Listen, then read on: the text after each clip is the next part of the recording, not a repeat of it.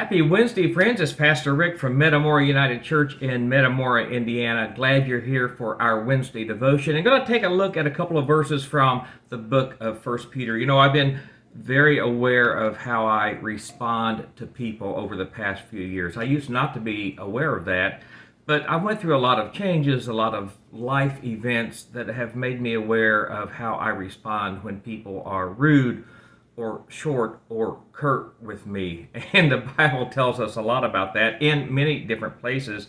In chapter 3, verses 8 and 9, he says, "Finally, all of you, be like-minded, be sympathetic, love one another, be compassionate and humble.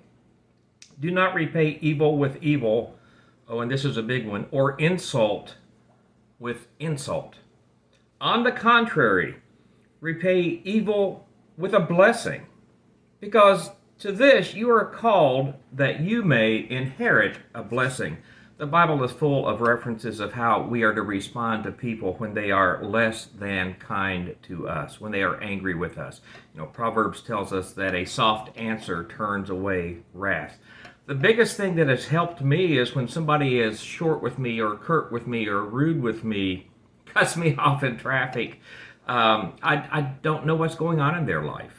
They may be having difficulties in their relationships, whether it's with a spouse or a friend or a child.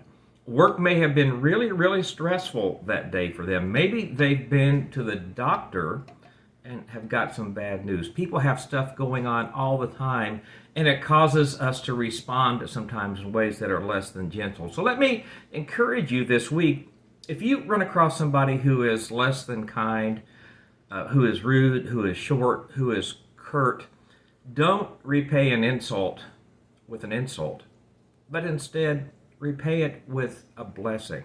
And not in a smart alecky kind of way, but really mean it.